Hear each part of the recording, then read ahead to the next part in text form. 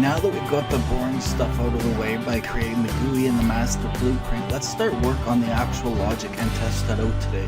Let me introduce myself, Insomnia from UnrealTech.net, a division of BlenderTek.com.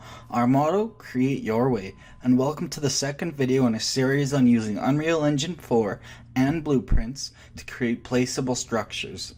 In today's lesson, we'll be working with and learning how to manipulate both vectors and screen space to world space conversion in blueprints.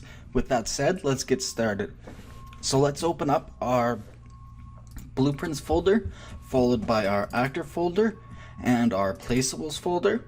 And so in our last episode, we created this setup. We had our master blueprint, which was BP Placeables Master. We had our structure, which held all the details for each and every structure. We set up just a temporary little testing child blueprint, which you do by right-clicking on the master blueprint class and select create child blueprint class. And that means that everything in the blueprint placeables master will be inherited by any child blueprint that you create. And we'll go over that more in a minute. And so we just created a little wall here, a block of wall. This is a 40 by 40 by 40 block you can use to build walls. We made a little thumbnail, or had a little thumbnail, where we were just using a stock little cube mesh, and we set the class to place to be itself.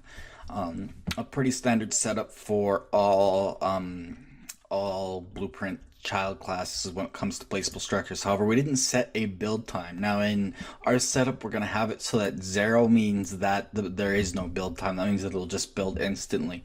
Well, let's just give this a build time of like 6 seconds. We'll compile and save that. And that's the great thing about inheritance, is if you don't need extra logic on children classes, then you just have a data only blueprint like this. But anyways, closing that, we'll open the placeables master blueprint, which will have actual logic. I'm just going to delete those stock nodes. I hate when they do that. So basically, as I explained before, anything we do in this blueprint is going to be basically copied in all of your child blueprints, all of your structures that you place. So that's great in some instances, such as this, where we want all of our structures to have a build time. We want them to have the preview material. We want them to have the red material when they're overlapping something. Certain things like that. However, it can also be kind of annoying if, say, every single child blueprint has one little tiny change you have to make, and that means you have to go and change all of the logic in that child blueprint. But inheritance can save you a ton of time, and this is definitely one of those occasions where that will come into play. But anyways, let's start out with the actual logic. So we're going to start with a BeginPlay node. However, I'm going to set my toolbar to small icons. I know it's harder for you guys to see, but I'm sure you know what all these buttons are. Just gives the guy a little bit more room to work in. Alright, so we're going to start with event begin play. So hold down the P key and click, and that'll give you an event begin play node. And what we're going to want to start with is a delay. And we're going to delay for get world delta seconds. So that is basically how long the last frame lasted. And so we're going to delay for 1 frame. Basically what this does is just make sure that our construction script sets the static mesh to whatever the actual mesh is for the child class that we set. So for example, in our wall, we set it to the cube. This just makes sure that enough time has elapsed, at least 1 frame, for it to actually set that. Otherwise, we just get a blank one and then we get errors. So that's just a little safety bit. Next up, what we want to do is we want to get our structure mesh and drag it in as a getter. And what we want to do is we want to drag off it and type in get materials. Now you can get number of materials and get materials, and we'll be using both. So just do a get materials and then get a number material. So drag off again and do a get number materials. So obviously the first one, it returns the materials for the mesh. Now as you can see, it returns an array of materials.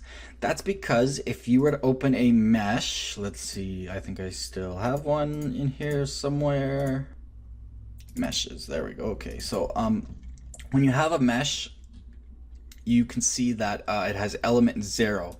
So that means it only has one material, but you can have up to 64 elements, thus 63, or sorry, I guess that would be 65 materials on a single mesh. So that's why that returns a array, because you have an index for each material. Now, most regular meshes are only going to have one, and that's all we're going to deal with, but this just prepares us for setting it up for meshes that have multiple materials.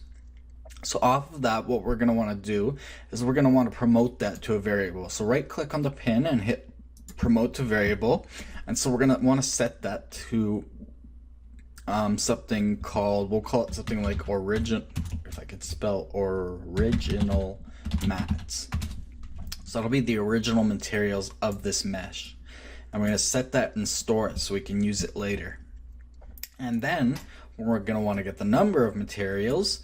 So that tells us how many, which will help us get the index when we get to that. And we're going to want to promote that to a variable. So right click on the pin, promote to variable, and we'll call this nummats. Now we're also going to use this for something very, very soon. So we'll just connect the execution pins, and I'm just going to clean this up a little bit. I'm going to drag this over so that the lines are nice and straight. Just a little pet peeve of mine. I'm going to delete this pin. I'm going to double click here to make a rewrote node, and I'm going to start rewriting stuff because I've gotten in the habit of making everything super clean like that. Alrighty, so next up, we are going to do a while loop. So off of number of materials, execution pin, we want to do a while loop. So just type in while and you'll get a while loop. And so for those of you that aren't programmingly inclined, a while loop will always continue to do the loop body until the condition is met, at which case it'll then go through the completed wire instead of through the loop body. However, since we're doing an event begin play, it'll only happen once. So our condition is going to be while the number of materials is greater than, so type in the greater sign, is greater than 0. So while we have more than one material, well, not technically more than one material, but while that number is set to more than one, you don't want to equal to 0, otherwise you'll get an infinite loop, and while loops are notorious for infinite loops, so be careful there. But you want it greater than 0.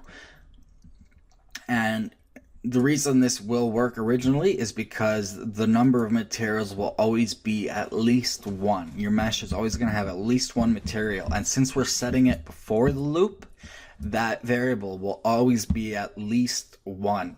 So that means that this while loop will always execute. So our loop body is going to be, first off is going to be set material, and we're going to set the material on the structure mesh. And the material index, or the element index, sorry, is going to be the number of materials. So you could almost call that an index. In fact, to make things clear, I might even select that variable under the variables list, go to the details panel under the tooltip, and I would set something like, this is the number of elements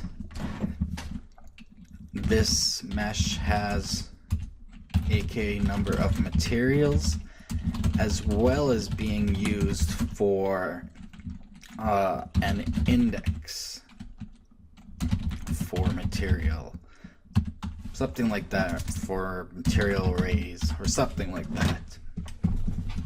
Alrighty, so I'm just gonna clean this one up too. Maybe we'll go something like that.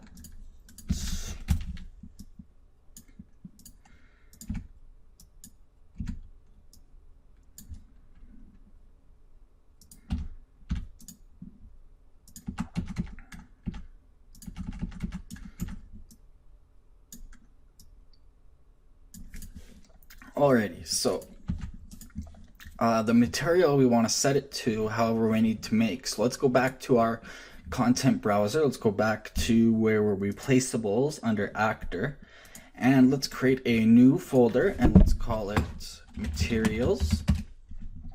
I'm going to set this to red since we're only going to use it once, and right click and create a new, where are you, material. Let's call this my material prefix, pretty industry standard, capital M underscore, and we'll call this preview placeables.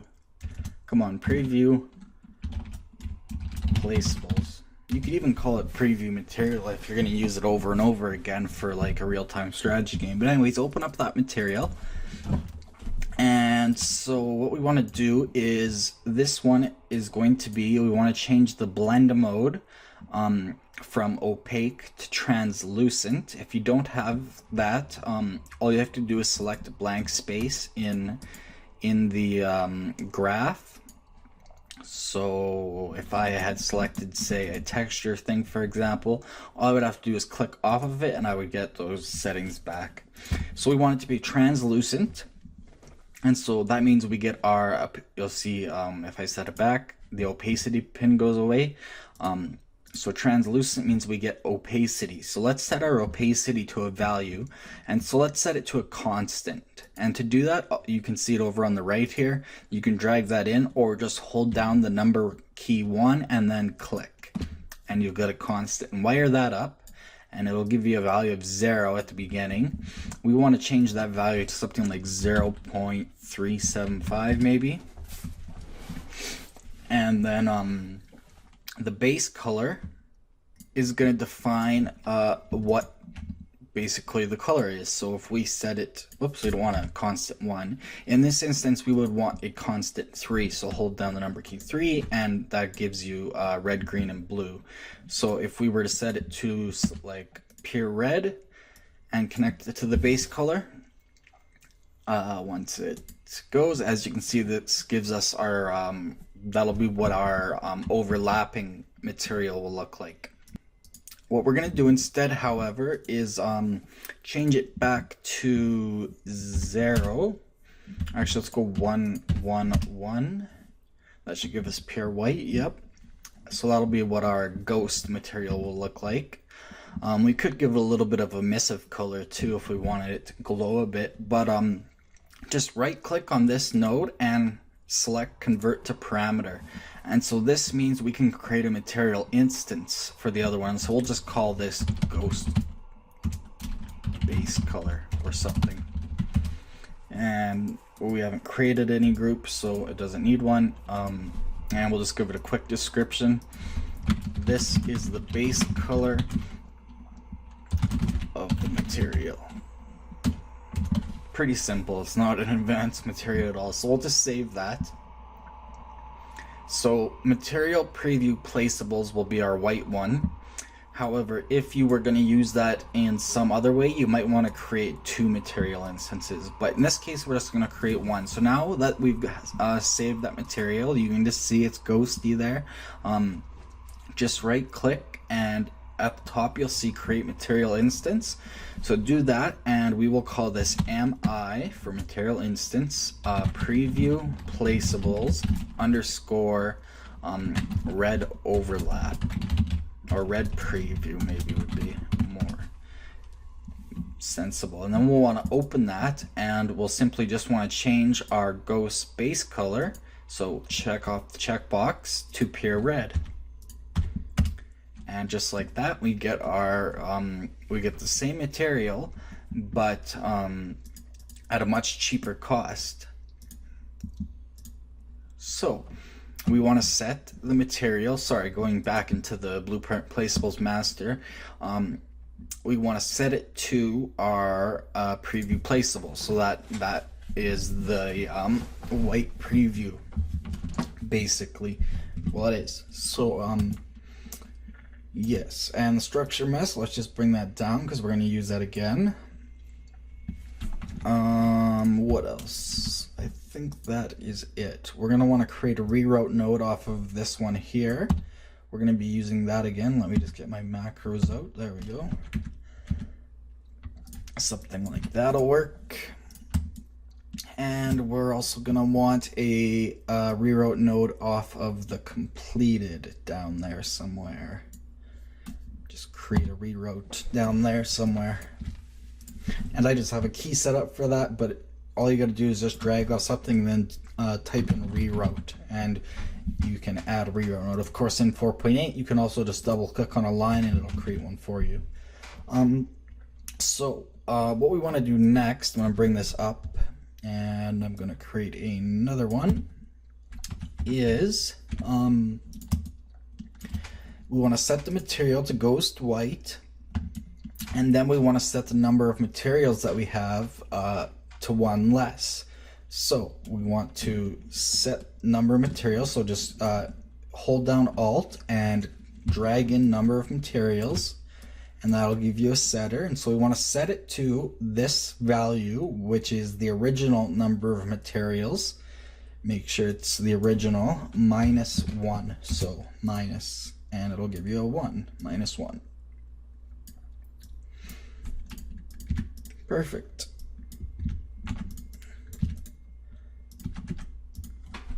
Alright, so we're decrementing how many materials we have left there. And you can, I believe, replace it with a decrement int, which is about 3 times faster. I just haven't tested that in full yet. Anyways, so that is your loop. So basically, if you have, say, 15 materials, it's greater than 0, so the loop body will go through, and it'll go through every single one. Well, it'll go through a number 0, which is the first one, and then it'll set it to preview white, and then it'll set the number of materials 1 less, so it'll set it to 14, then it'll set number 1, and then it'll set it to 13, it'll set number 2, and so on and so forth, until every material is set to the preview white.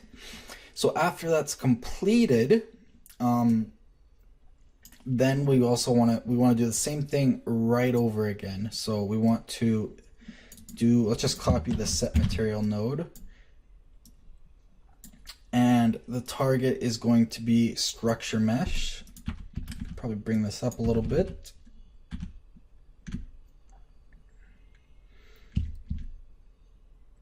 Maybe we'll create a rewrote node there. And the material index will be 0 and the same material. And this is just a safety check that I found. I think that we need for meshes with only one material, that is. But I'm not 100% sure if we need that or not. But that's just how I remember building it, so we will place it in there, and you can always play around with it later. Anyways, then we want to do one last thing. We need a new variable called build time, and that will be a integer, unless you want to use floats for your build time. If you want more precision, then go ahead and use floats. So we want to set build time. So how we're going to set that is, I'm going to go over to the beginning here, and I'm going to take Placeable's main, the structure. I'm going to hold down Control and drag it out to do a getter, and I'm going to break it.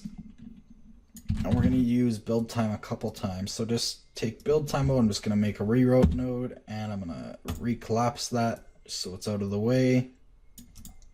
Whoa. So we're going to connect that all the way up to build time. Double click here to make rewrote node and clean that up.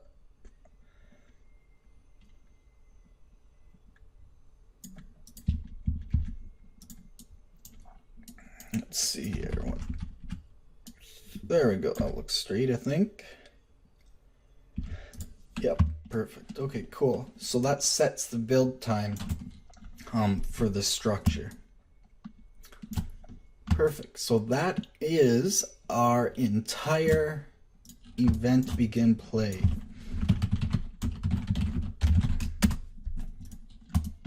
So next we can do we can start with our event tick, I guess. So let's type in event tick. I'm gonna line this up with my event BeginPlay. So I'm gonna bring it, I'm gonna bring it down a little bit to give us room to work with. So we are going to be using delta seconds, so I'm just going to drag off of that and you create a rewrote node. What delta seconds is it's exactly the same when we did get world delta seconds. Yeah, right there. It's the time that the last frame took to completely go through, essentially. So what we want to do on our event tick is we want to start with a sequence. So hold down S and click, and that will give you a sequence. And so the first thing we want to do is a branch. So hold down B and click, and so that will be 0. And the condition for that, we need to create a variable called B has been placed. So, and change the variable type to a Boolean. What this is checking for is basically, has the user clicked and basically verified that the building, item, campfire, whatever, has been indeed placed. So that'll be the condition. So what you can do is just grab it and drag it right on top of that red node there, and it'll set it right up for you. So that is our condition. And so if it's false, then what we want to do is, we want to set actor location like so. And so what this will do, oh come on, get straight. No, that bugs me. Whatever. So anyways, what that does is, because we're on a tick, we'll be setting the location every single frame, so it'll look like it's smoothly moving around. And then once the user places it, we set B has been placed to false, which would mean this executes through the true, or sorry, we'd set it to true, which means this branch would execute through the true, which means it does nothing and goes on to the next part of the sequence and no longer sets the location. So the target is self. The new location, however, we need to set to something. So what I'm going to do is I'm just going to set it to, I'm just going to do a make vector because I want to collapse nodes. So just right click on that make vector and hit collapse nodes. And let's call this player mouse to, or player mouse position. And then let's just drag that here so it's nice and clean. Something like that'll work. And then double click on that graph to open it up, and when you want to go back, just hit the back arrow up here. Just like that. Alright, now you can create inputs and outputs in collapse graphs, and so our output is obviously just going to be a vector, but we're going to delete this make vector because I didn't actually need that. I just wanted that so I could create that output there. And this graph, I'm just going to drag the input off because I don't think we'll be using that. And so we're going to need to do a little bit of quick math here. So what we want to do is we want to first get player controller. So whether it be a camera pawn or a character or whatever, we get the controller. And then what we want to do is we want to convert mouse location to world space. So what this does is it takes the location of the mouse in 2D space and it converts it to a 3D vector as closely as it can. And so we're going to go off of the world location, and if we just outputted it, then we wouldn't see it if we were playing with a character. Now if you're playing with a with an overview camera pawn, like in an RTS game, this might be a different story. But what we'll need to do is instead drag off and type the plus symbol to do a vector plus a vector. And we'll want to type in some values like, say, 100, 100, -25. Now, this can get a lot more advanced, and definitely should be. You'll also want to set rotations, and you'll want to add to it a certain vector. I'm just not gonna get into that trade secret. This works. It just I'll show you the reason. The one disadvantage to this setup when we go to test it here in a few minutes. Just the blueprint I came up with, I consider a trade secret. But you should be able to figure something that works out depending on your needs, and this does work in its base sense. So that should be good for now. So we can hit the back arrow, and so it'll set it to that new location. And then, well, I guess basically we can test that now, I believe. So what we need to do as well is we need to set one default value. So if you go to this little thing with the check mark and the lines, the initial values of your class, we need to set the placeables array. So just hit plus, and so the first one is going to be, or no, sorry, we only need one. Since this one, I'll delete that, since this is, since itself is the first one, the second one is, or the first one, element 0, I guess, would be BP Placeable's wall. And so what you'll need to do is for every single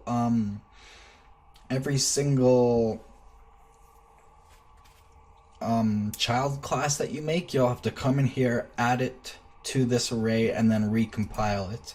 It's kind of a pain in the butt since you can't really access details for just random actors sitting in a folder without some extreme C++ coding. That's about the best you can get. So I think we are able to test this. So if we go back, you'll notice if we go into BP Placeable's wall, compile, everything's compiled, save it just so I don't lose it. If I open the full blueprint editor, you'll notice if I go to the construction script, you'll see it's running the parent construction script. So yeah, that's just to show you how it is indeed running that. And if I turn on inherited variables again, you'll see we get all those variables in here. But anyways, we should be able to test this. So if we take our character, which is our first person character, now we had all this logic for the inventory and crafting and everything, but it should be okay to leave it there. Should be okay. What I am gonna do though, however, is I'm gonna right click and I'm gonna actually create a child blueprint class based on that, and I'm just gonna call this 1P for first person, carve for character, testing. And then I'm going to go to window, I'm going to turn on world settings, I'm going to go to the world settings tab that it brings up right beside details, and under game mode I'm going to expand selected game mode. Make sure you have your game mode selected, in this case first person game mode. I'm going to change the default pawn from first person character to 1P car testing. And so we'll still get all the logic. Whoops, I opened the wrong one. We'll still get all the logic. We still get the character. It still runs everything. It still has all the variables. But in this case, we just have a nice clean graph to work with. So what I want to do is, let's say when we press the B button, I'm just going to choose a random key. Then we want to spawn actor from class. That class will be BP Placeable's wall, and the spawn transform will be get actor transform. So that will be wherever this character is. So compile and save that, and spawn even if colliding, yes. Compile and save, and I think this should work. So if we hit play, we get our character, then we press B, and there we have it. We have our ghost little box. So that is the start. As you can see, the values were pretty high. So if we went into there and opened up our player mouse position, we could play with these values a little bit. Maybe X 50, Y 50, maybe Z. Z's pretty good where it is. Compile, save, hit play again. Now when we press B, there it is, a little bit closer. And so as you can see, it follows me, but there's one problem. We need to hit Shift F1 to actually move it in world space. And you have to remember that your players won't have that. So to fix that, what we need to do is, where are we? Go to our BP Placeables master, the back arrow here, so we're in our main graph. We need to do one last thing on our event BeginPlay. We need to do a get player controller, and drag off and do set enable mouse cursor. Okay, mouse cursor. Set B show mouse cursor. We want to set that. However, we want to set it on a branch. So branch.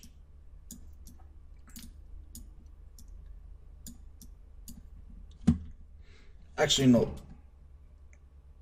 We can set that because we will change it as soon as we click to confirm. So that should work. So just check it off to be true.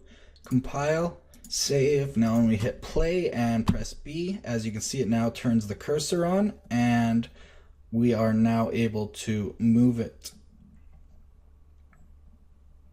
And so as you can see, this is where it can take a little bit of vector and rotator and transform math to get this working nicely. And a few hints: you might want to multiply the vectors to get a bigger amount of work. You might want to set the mouse position. You might want to multiply vectors by a float.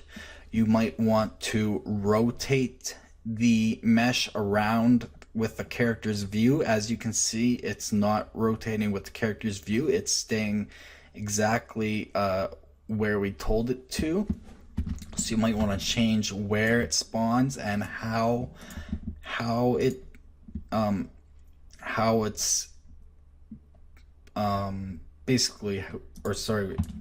it's moved. You might want to have that so that it moves with the character's view. Just a few little tips. Anyways, so what we want to do then, now that we know that works, in BP Placeables master, off of the one index of the sequence, we want to go into a branch. So hold down B and click, connect those up. I'm going to rewrote there.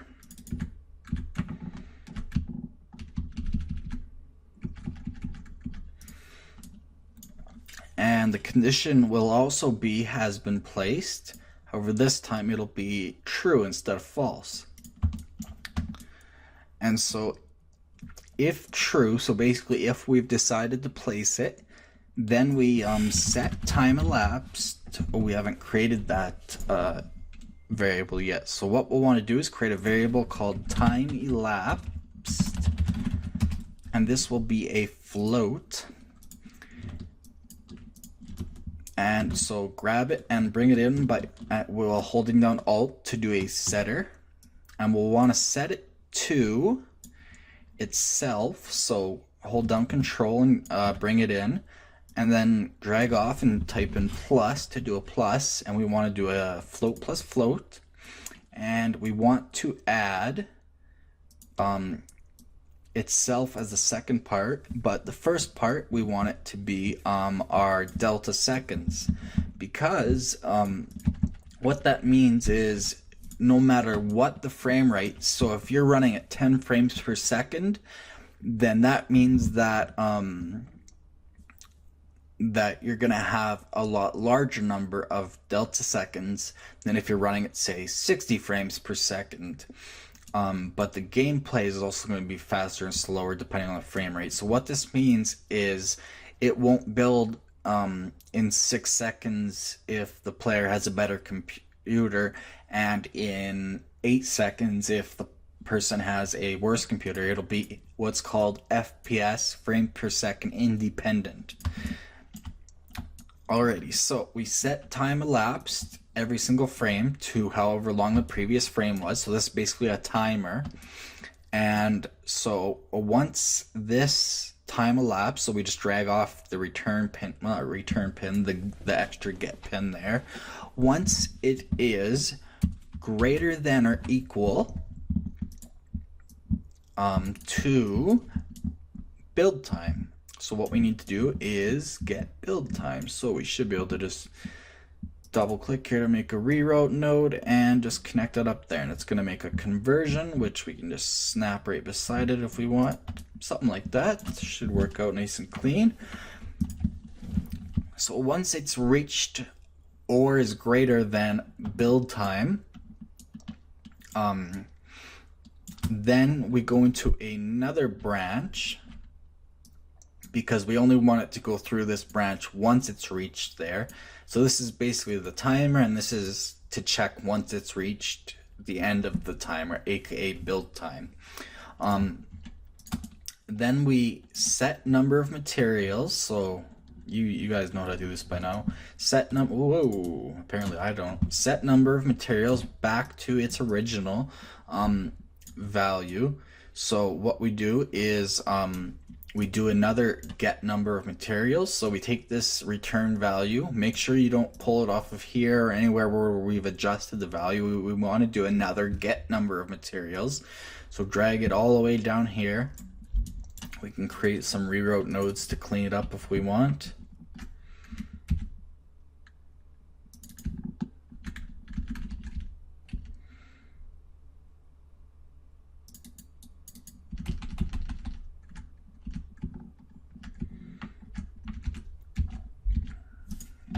Alright, so then we set it back to the original number of materials that it had, and then we do another while loop. So go up there, while loop, and the condition is the exact same thing. While that number of materials is greater than 0.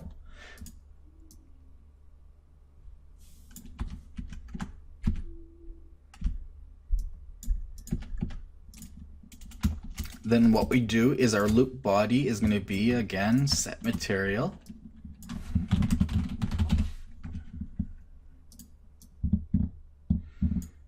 Of the structure mesh to, and this is where it gets a little bit more interesting, the number of materials is going to be the material index.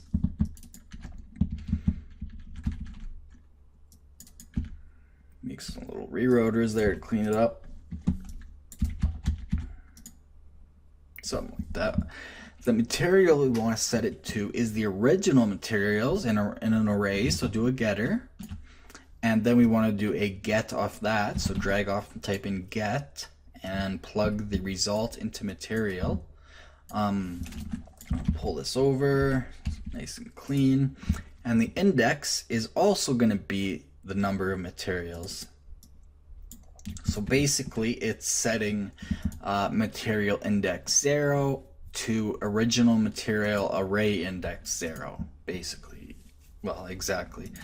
And then what we want to do is, let's see, how can I do this cleanly? Maybe I will delete that, hook it up to there. Move that back in, and then make another one that comes out and reroutes, maybe. That'll look, or you know what? Maybe we can delete that one. Connect those back together, make one there. Then we want to go across, keep rerouting, and we want to set number of materials again, so that we're basically going through the array. 2 minus 1. So basically itself minus 1. So again, you could probably use a decrement int here. I just haven't tested that very thoroughly yet. So after it's completed, in my version, I created an event dispatcher called structure built for a more advanced version, so we might as well throw it in there. So once it's completed, then we I'm going to go through here so it looks cleaner. Then we call structure built. So it basically sends out a message saying, hey, I'm done. And then we want to do one more thing. We want to create a variable called structure trans for transform, thus change the variable type to transform. And what we want to do is we want to set that, and what we want to set it to is, if we drag off of the input pin, get world transform of the structure mesh. So what this is going to do is, in some instances, we can't just spawn a cube. Let's say, for example, our close these off. Let's say our wall had special effects, like let's say when you placed it, dust came up, or let's say it was I don't know, maybe a torch. Or let's say it's a real-time strategy game and you're placing a factory that has smoke coming over the top of a smokestack. Those won't come if you just set it up like this. So what you'll need to do is, once it's done building, you'll need to spawn an actor to replace it, and you'll need to know where that actor is. So that's what this is.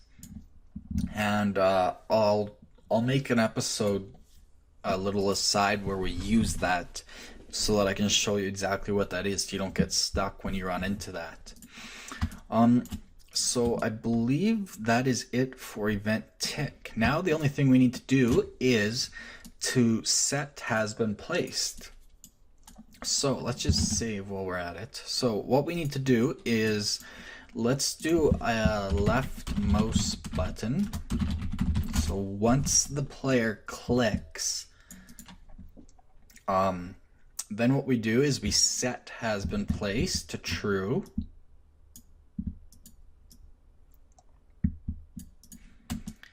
And then we want to do a line trace. So this is where we're going to get into a little bit of ray trace magic. So we want to do a line trace by channel. And then after that, we'll want to take out hit and break it. And then after that, we'll want to do a set actor location. Whoops. Off the execution pin, set actor location. All right, and the new location will be the impact point.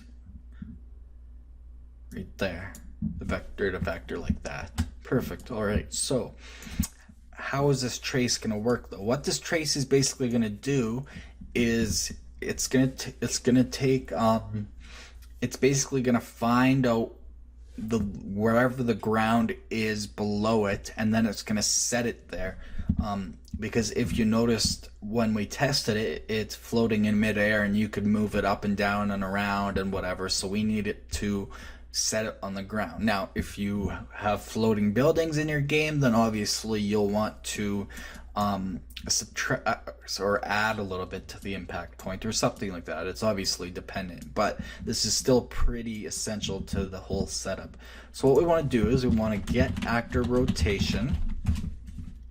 So this will tell us which way the actor is rotated. We're gonna need some more room here, so I'm just going to drag these over. We want to take that rotator value and we want to get the up vector. Now you say, why don't we just get the down vector? Well, as you can see here, there is no down vector. But there's a little trick you can do, and that is called negating a vector. So if you type in negate vector, so basically what that does is it takes the up vector, which would be plus z, and turns it into minus z, aka down. So you're basically going to trace negative z, so you're basically going to trace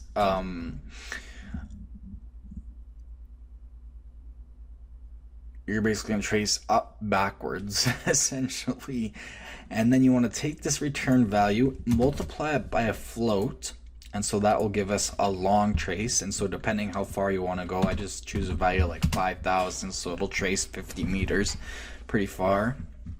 And then we want to do an addition, so plus vector, and I want that to be on the bottom, so that's clean.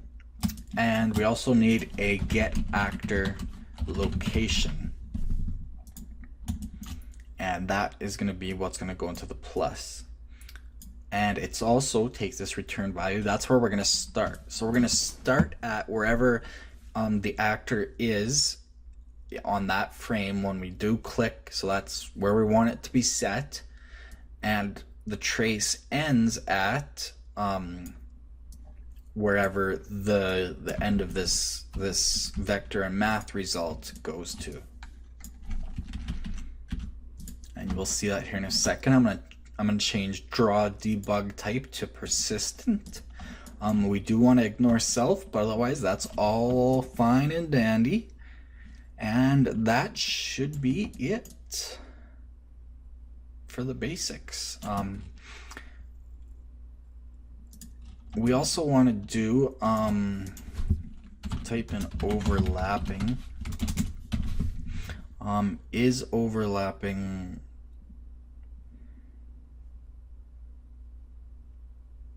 component? That's a more advanced thing. We'll get into that in another episode where we check if it's overlapping anything. So let's compile and save this, and we can close out of it, and let's test it again. Remember, this is just spawning the wall one when we press B. So let's test this out. So let's press B, and so that gives us our little cube here, and when we click, apparently nothing happens. So it is not receiving input, which makes me think that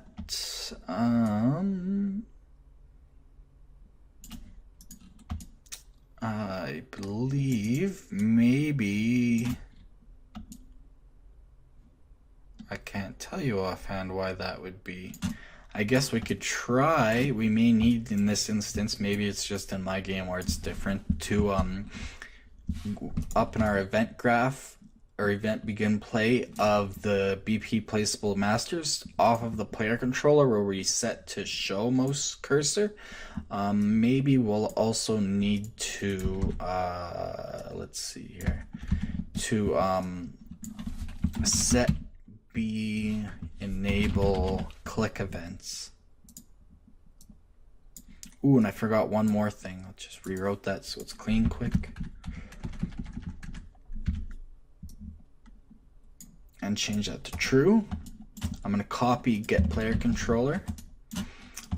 Once we click, then we want to get player controller, drag off of it, set B enable, set B show mouse cursor. We want to set it to false, so as our mouse cursor isn't just sticking around. So compile and save.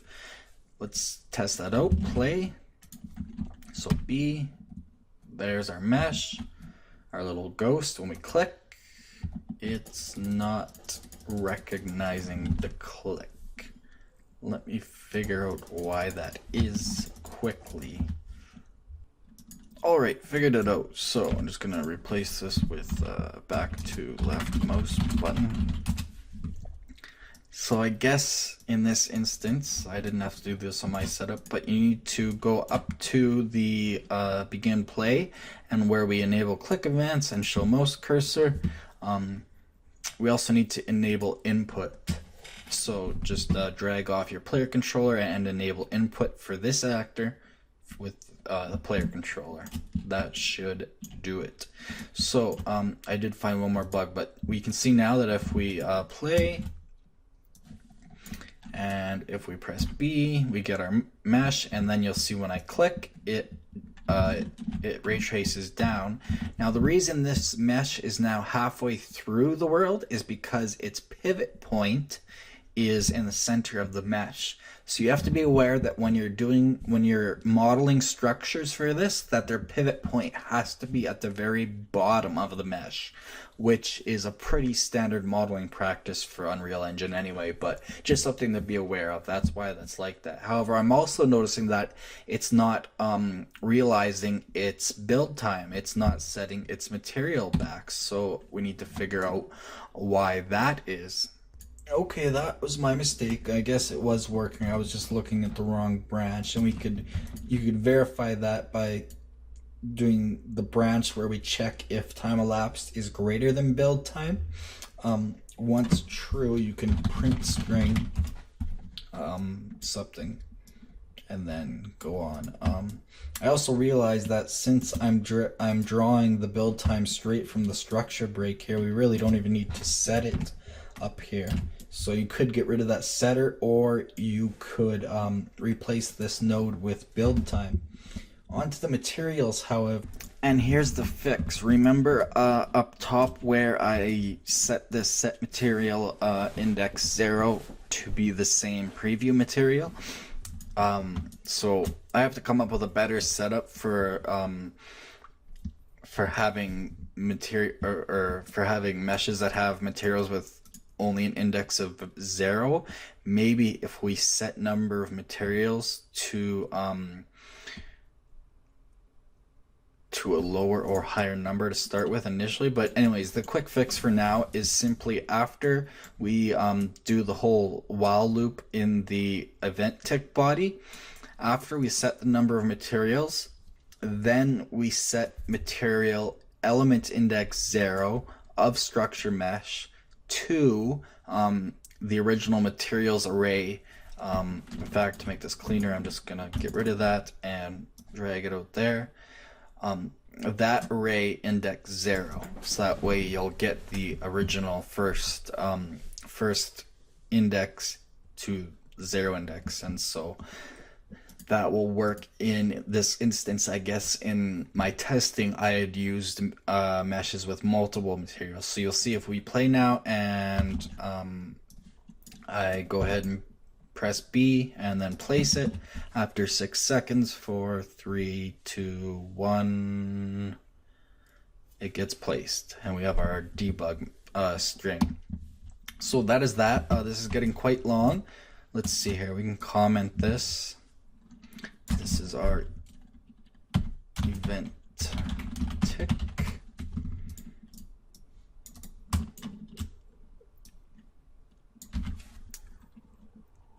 This is our left mouse button. We'll get into creating the actual GUI. Let's see, where is it?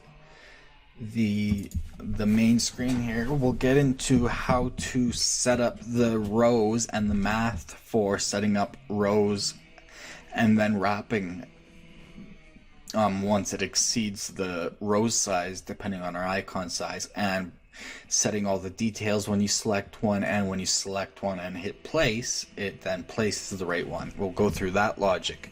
So that is this episode. So like I said, in the third episode we will get through basically what will become the majority of this series. So we will see you guys next time. Thanks again for watching from the team here at UnrealTek.net. If you enjoyed this video and learned something, please like it and don't forget to subscribe for more videos. We're now moving all Unreal videos from the BlenderTek channel to this channel. We're on social media on the links on your screen. We've started a new Twitter, twitter.com/Unreal_Tech, TEK, and a new website which is under construction, but you can still bookmark at UnrealTek.net. Again, that's TEK. unrealtech.net, one word. If you disliked this video for some reason, please tell us why, so we can continually improve our videos based on your community input. We also take requests, so we'll see you next time. Remember, create your way.